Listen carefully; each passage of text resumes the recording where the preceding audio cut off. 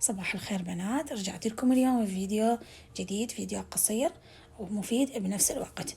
روتيني اليومي. شنو اليوم روتيني؟ روتيني اليوم مسوية كنترول على المطبخ وعلى الحمام. يعني شنو عايزني، شنو النواقص اللي محتاجتها، شنو الأشياء الفارغة لازم أمليها. فبما أنه صبحت الصبح ساعة بالستة، قعدت صحتي مو تمام، بلاعيمي يوجعني، إذاني توجعني، فيعني مترهم لازم أداوي نفسي بنفسي، لأنه هنا الدكاترة لا ينطونا علاج ولا ينطونا شي، يقولون نداوي بالأعشاب. فقمت خليت الحليب على النار، بدي أشرب لي حليب دافي، أخلي وياه شوية زنجبيل على مود يسحب لي شكو التهابات، إنفلونزا، سخونة. إذا عندي الزنجبيل يقضي عليها في لحظة، يعني في كوب واحد. فطلعت هنا الزنجبيل، راح أخليه ملعقتين زنجبيل، ملعقة ونص، أنت كيفك يعني حسب الحرارة تتحمليها. أنا خليت شوية زايد، قلت على مود بسرعة يعني يطلع المرض من جسمي نهائي، لأنه ما أقدر أقعد بالبيت استوني مخلصة عطلة مالتي، فما يصير يعني أرجع أخذ مرضية ولو عطلة لو شي. فبعد ما فار عندي هنا الحليب، نزلته فوق الزنجبيل، خلطة واحدة سريعة وتشربيه وترتاحين 100%، لأنه كلش مفيد الزنجبيل، مضاد للالتهابات، للإنفلونزا، وينفع الجسم كلش هواية. فبين ما أني دا أشرب هنا الشاي، مو الشاي، دا أشرب الحليب. طبعا أنا محضرة التينة أكلها، لأن قلت أقعدها على الساعة 7 الصبح. فقعدت شوي على الموبايل، شفت أخاف جاني إيميل، جاني شي يعني للتأكد الاحتياط، وعندي باكيت يريد يجيني، فلقيت كل شي ماكو.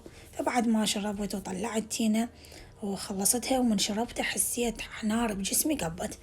هنا أنا عندي ذني بنات الشياشة، أنا أخذتهم من الكيك، أريد أعبي بيهم هذني الأقراص مالت الغسيل الملابس.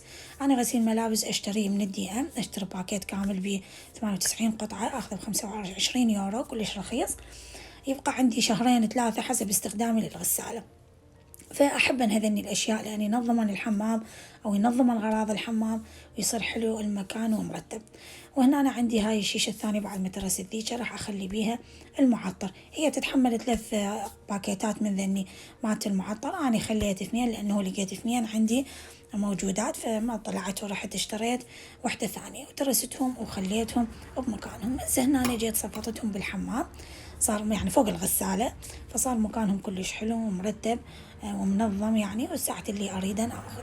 وهنا أنا عندي الخاوليات، أنا الخاوليات يعني أو المناشف ضروري أغيرهن بين يوم ويوم، لأنه تعرفون كثرة الغسل والتمسيح وهيك يصير ريحة، لأنه مثلا رطوبة أو شي. بعد ما خلصت الحمام وغراضه، جيت على عفة كرمون للشغلات يعني اللي على المغسلة. حطيت هاي مال السائل الإيدين، جبت وحدة جديدة ذي كان كسرت القديمة مليتها. والفرج هنا أنا كل 3 أشهر أغير الفرج، فغيرت الفرج مالتنا وخليتهن، وجبت كل وحدة خليتها بمكانها، فكلش مكانها وشكلها صار حلو ومرتب. لأن التغيير هواي حلو، واحد من يغير ويسوي شوية إضافات جديدة أو لمسات جديدة حلوة تصير بالحمام مالته أو بالبيت مالته. فأنا هواي هيك أحب بين فترة وفترة أغير هالأشياء هاي. إذا أنتم مثلي كتبوا لي، طبعا 100% أنتم مثلي، النسوان كل إحنا سوا. فبعد ما خلصنا ذاك الصوب، إجينا على المطبخ، فتحت الكاونترات، شفت شنو اللي متروك على كتر، شنو اللي فارغ، يعني شنو اللي مليان، الشكر فارغ، الشاي فارغ، الملح فارغ. فترست الشاي هاي أنا كل أسبوعين ذني، لأنه يعني ما يفرغن بسرعة. أسبوعين أقل أسبوعين أشيك عليهن هذني الأمور. ترست شاي وترست ملح، وهسه بديت أعبي الشكر. الشكر بالله يفرغ، لأنه 24 ساعة مثل حلويات شغلات يجيك أحد، الشاي لازم يتعبى كل كم يوم. فعبيتهن هنا طبعا ومسحتهن، يعني إدامة المسح هذني يعني ضرورية، لازم كل ما تطلعين تمسحين وترجعين. فهذا المكان خاصة هذا المكان، لأنه هذا دائما أنت محتاجته، فيعني بين يوم ويوم أني أنظفه، ما أخليه يصير بي وساخة أو تراب نهائي، لأنه قلت لكم هذا المكان يعني هو المرة تستخدمه هواية، أو أم البيت تستخدمه هواية. وهنا أنا عندنا الشعرية، طبعا هم أنا لقيت كيس مليان بعدني ما مستخدمته، وشفت هاي العلبة فارغة، فقلت أخليها بيها هنا بدون ما أكسرها، لأن العلبة كبيرة وتستوعب هذه الكمية كلها. فبعد ما خلصنا هذني الشغلات البسيطة بلشنا بالغداء. اليوم سوينا مطبق سمش، بس مطبق سمش مو مثل مطبقنا كل مرة احنا متعلمين. يعني الحشوة المضبوطة اليوم حشوة فوقانية على قولة أبو يقول، لأنه الوقت ضيق ويعني لازم أطلع للدوام. فعلى السريع فتحت السمجات، غسلتهم غسلة زينة، وخرت الغلاصم وغرت الدم الزايد كله وخليتهم ينشفون.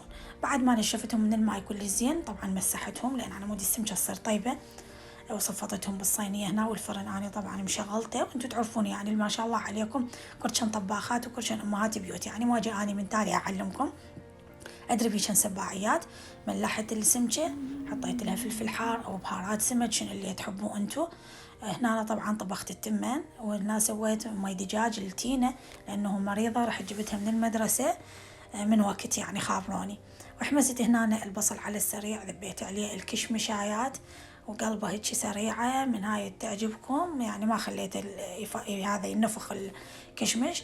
تمني هم قريب ما يتهدر، ونزلت عليه البصل والكشمش. اقدر كنت اصبه فوقه ارشه، يعني اصب التمن ارشه، بس قلت لا خليه فد مره سويه كله اخبطه واقلبه حتى المونه والبهارات تصير ويا التمن. وهنا فرشنا سفرتنا وهذا غدانا.